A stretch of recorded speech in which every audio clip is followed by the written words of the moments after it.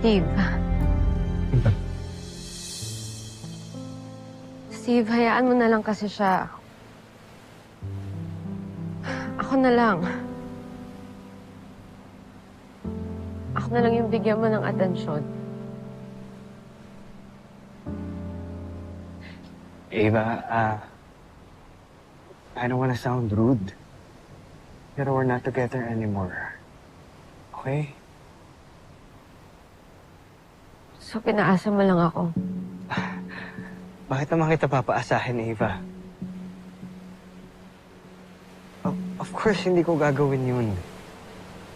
Look, if nakapag-send man ako ng wrong signal sa'yo, I'm sorry.